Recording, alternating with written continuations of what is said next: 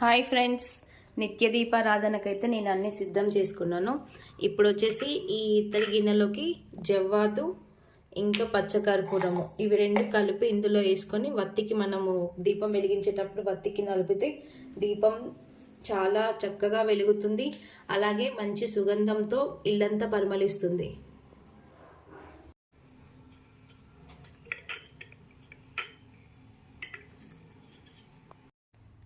ఇలా మనం వత్తికే అంటేలా రాసుకోవాలి. ఆ వత్తి వెలిగినంతసేపు మనకి మంచి స్మెల్ వస్తుంది. గుళ్ళో ఉన్న స్మెల్ అనిపిస్తుంది ఇల్లంతా.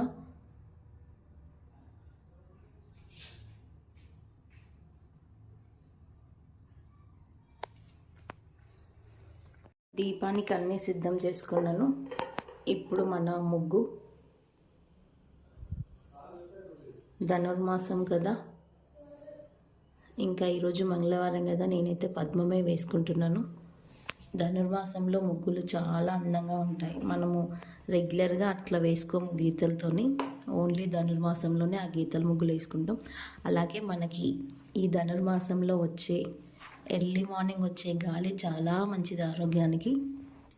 చలి పెరుగుతుంది, అలాగే ముగ్గు కోసమైనా లేవాలనిపిస్తుంది.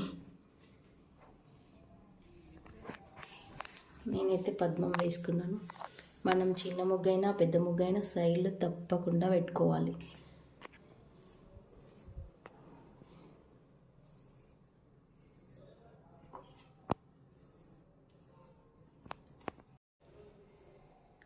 నా ముగ్గు అయితే అయిపోయింది.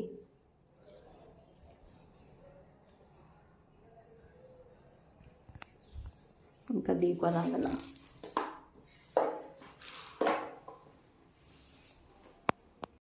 నేనైతే బెల్లం ముక్క ముందే తీసుకొచ్చుకుంటాను. మళ్ళీ ఊరికే లేవాల్సి వస్తుందని చెప్పేసి పూజా సామాన్లు కడిగి శుభ్రంగా తీసుకొచ్చేటప్పుడే నేను ఇంకా బెల్లం ముక్క ప్లేట్లో తీసుకొని వచ్చేస్తాను నైవేద్యం కోసము. ఈరోజు మంగళవారం కదా, ఆవు పిడక ధూపం వేసుకుంటా. మా అయ్యవారికి మా అమ్మవారికి నందివర్ధన పూలు, అలాగే మందారం మొగ్గ ఇంకా విచ్చుకోలేదు, ఇప్పుడు విచ్చుకుంటుంది. ఇంకా ధూపం అయితే అయిపోయింది. ఇంకా నేను ఆవు పిడక కాల్చుకొని వచ్చేస్తాను. ఇదైతే తులసమ్మ దగ్గరికి. ఇంకా నేను హారతి పెట్టుకుంటున్నాను అయ్యవారికి అమ్మవారికి. మంగళవారం వీలైతే పిల్లలకి హనుమాన్ చాలీసా వినిపించడానికి ప్రయత్నించాలి, ఉదయం కానీ సాయంత్రం కానీ. హనుమాన్ చాలీసా వినడం వల్ల వాళ్ళకి చాలా శక్తి పెరుగుతుంది, శక్తి పెరుగుతుంది.